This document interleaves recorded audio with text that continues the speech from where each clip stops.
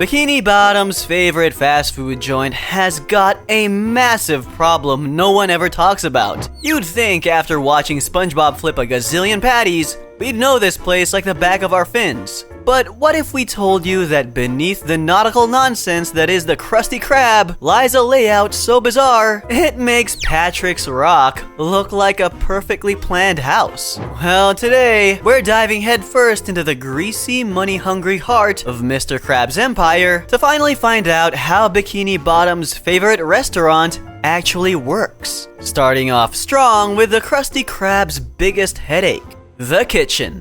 The one room that changes so much you'd think it was built by wizards, not fry cooks. If you're one of the people who still think they have it all figured out, then do yourself a favor and rewatch the episode Just One Bite. No matter the idea you have of the Krusty Krab's kitchen, this episode blows it to bits, and it's all thanks to Squidward uncovering the existence of the Krabby Vault.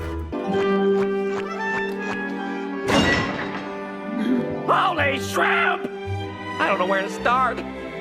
But all that matters is that it's just you and me and nobody. Squidward?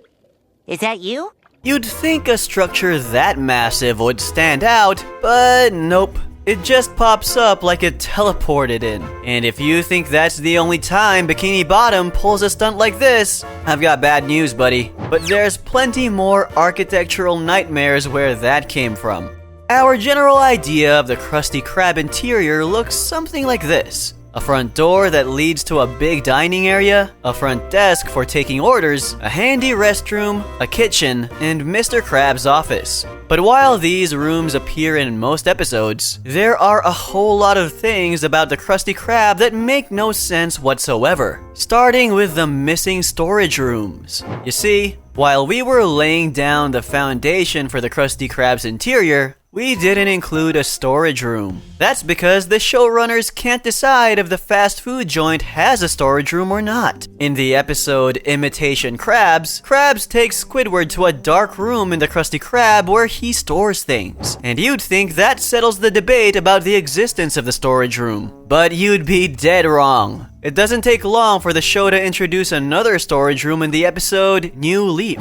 This time, we see Mr. Krabs locking a snow globe he got from Plankton in a room just beside the kitchen. We're no architects, but even someone as dumb as Patrick knows that storage room makes no sense. But that's not even the crazy part. In the episode Accidents Will Happen, Mr. Krabs throws a fit after a customer informs him that his cashier is nowhere to be found. The penny-pinching crustacean somehow finds Squidward in another storage room, which they entered through the kitchen, by the way. The worst part, though, is that I never got that kind gentleman his new bun. I see. As you know. If you're keeping count, that's 3 storage rooms in a restaurant the size of a shoebox. The only way to make room for 3 different storage areas is if Mr. Krabs somehow destroyed his bathroom. You might say that's not happening, but the episode Break-In proves that nothing is impossible for Mr. Krabs since he was willing to go that far to hide the employee break room. Sure, it only appeared once, but good luck figuring out how he carved that space into the Krusty Krab. At this point, the Krusty Krab's layout makes less sense than SpongeBob's driving skills, but there's still more to come. Remember how the kitchen magically had a room called the Patty Vault? Well, that's not the last time SpongeBob's shoebox-sized kitchen would do the impossible. In the episode SB-129, we get a front row view of the Krabby Patty freezer after Squidward gets trapped inside it. Oh, Squidward! Squidward! Well, he's not here. I'll bet that eager beaver's already down at Jellyfish Fields. Aha! They're finally gone! In this episode, Squidward gains access to the freezer through the kitchen, and seeing how there's no way it fits snugly in the kitchen, we have to assume there's a massive box-shaped space sticking out the back of the Krusty Krab. The next time we see the Krusty Krab's freezer in Nasty Patty, it doesn't just look different, it also changes shape, and it looks nothing like what we saw earlier. This is all thanks to Mr. Krabs and SpongeBob's crazy plan to hide the body of the food inspector there. By now, it's pretty clear that when Mr. Krabs was designing the Krusty Krab, logic and common sense were not on the blueprint. And as confusing as the rooms we've seen already are, they're just the tip of the greasy iceberg, because the Krusty Krab's nonsense runs way deeper than that. Moving on to the next most confusing thing about the Krusty Krab, we have to talk about a little-known room called the Trash Room. Yup. From the name, you should be able to guess that the Krusty Krab has a room solely created to handle trash. We first lay our eyes on this beauty in the episode Pat No Pay, when Patrick devours a mountain of Krabby Patties without paying a single cent. Excellent. Now let's get down to business. What's that? It's your bill. I don't have any money. What? I thought you said you could pay for it. Oh, I'm paying for it all right. Not paying customer! To make up for his lack of money, Mr. Krabs makes Patrick work for him. And that's when everything goes completely off the rails. Because somewhere between the kitchen and the dining room, we discover the trash room. Yes, you heard that right. The Krusty Krab has an entire trash room. Mr. Krabs' cheapness is one thing, but how do you even explain a secret garbage chamber in a building that small? It's like finding a basement in a treehouse. To prove there was absolutely no thought put into the trash room, we have to go back to just one bite. After getting addicted to Krabby Patties, Squidward goes to the back of the Krusty Krab, which reveals the existence of a back door that magically appears out of nowhere. This door quietly vanishes in other episodes. And we're pretty sure the showrunners really want us to pretend that it doesn't exist. But to add insult to injury, a look at the exterior of the Krusty Krab reveals that the trash room makes no sense. A quick peek behind the Krusty Krab in Sailor Mouth reveals the restaurant's dumpster. And from the way SpongeBob skips toward it like it's a carnival ride, you just know this guy takes out the trash way too often. Membuang sampah. But here's where things stop making sense. Why does the Krusty Krab have both a dumpster and a full-blown trash room? Are they running a secret garbage franchise now? And to make things worse, in Graveyard Shift, the dumpster somehow teleports to the front of the building. Either the Krusty Krab has shifting dimensions, or Bikini Bottom is built on a cursed Minecraft map. Either way, we're not letting that stop us, because there's still more bizarre things to cover. And next up is what lurks under the Krusty Krab. Beneath those greasy floors and squeaky boots lies something straight out of a deep-sea horror flick.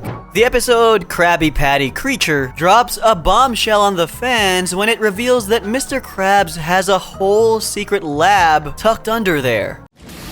Whoa! What is this place? It's me secret lab where I experiment on food.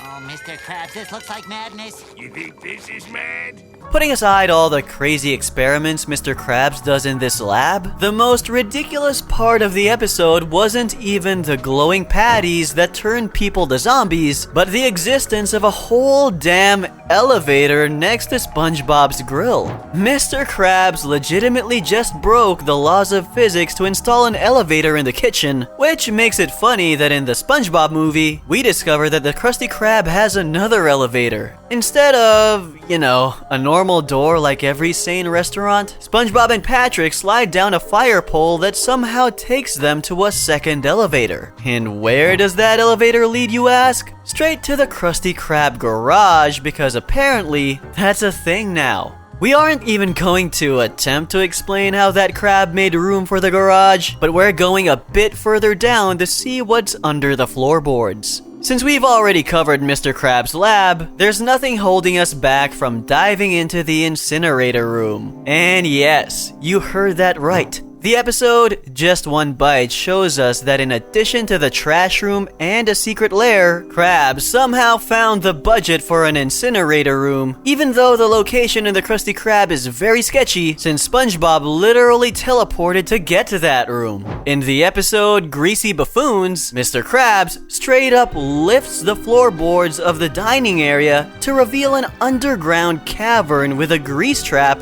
full to the brim. Even though he does the unthinkable by dumping all that grease by the side of the chum bucket, we still can't explain how the cavern came about. Some of the SpongeBob fanboys and girls might say Krabs built an underground system, but you'd be wrong again. In the episode Chum Cavern, Plankton's latest scheme to get the Krabby Patty formula has him digging a complete underground system from the chum bucket all the way to the Krusty Krab.